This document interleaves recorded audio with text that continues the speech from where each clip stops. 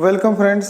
तो हमारा आज का बहुत छोटा सा क्वेश्चन है जो लगभग 12वीं के हर विद्यार्थी को पता होना चाहिए जब वो चैप्टर पढ़ रहा हो, 11th चैप्टर पढ़ रहा हो। ठीक है, तो ये आपका क्वेश्चन है, right the direction cosine of the vector. आपको इस वेक्टर का डायरेक्शन कोसाइन निकालना है।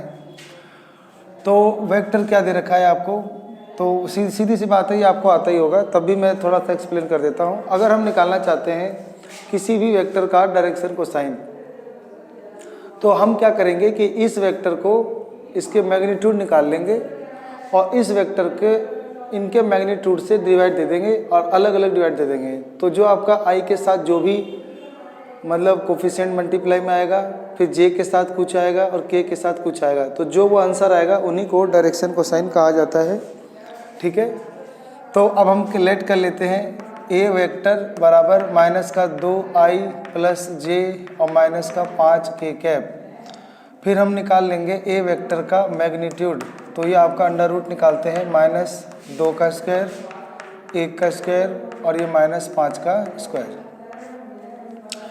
तो डायरेक्ट मतलब मैग्नीट्यूड कैसे निकालते हैं, तो -2 लिख के उसका स्क्वायर, फिर 1 लिख के उसका स्क्वायर और -5 लिख के उसका स्क्वायर।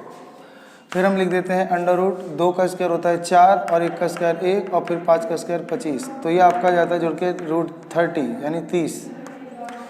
अब हमें ना ए वेक्टर का यूनिट वेक्टर चाहिए, तो जो 1 के ऊपर अगर हम ऐसे बड़ा सा कैप लगा दें तो इसे बोलते हैं ए वेक्टर का मैग्नीट्यूड। इसे निकालने के लिए ए वेक्टर को उसके मैग्नीट्यूड से डिवाइड दिया जाता है। ए वेक्टर आपको दे रखा था -2i प्लस का जे और -5k कैप। अब इसको आप डिवाइड दे दोगे इसके मैग्नीट्यूड जो कि √30 आया था।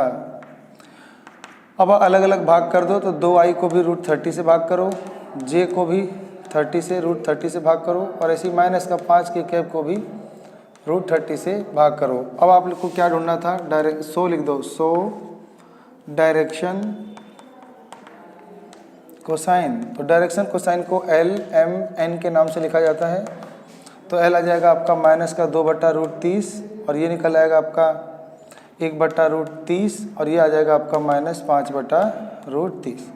तो ये आपका बिल्कुल आंसर हो गया। तो उम्मीद करते हैं आपको बिल्कुल पहले से भी आता होगा, अब और अच्छे से समझ में आ गया होगा। तो आप सबका अपना कीमती समय देने के लिए बहुत बहुत धन्यवाद।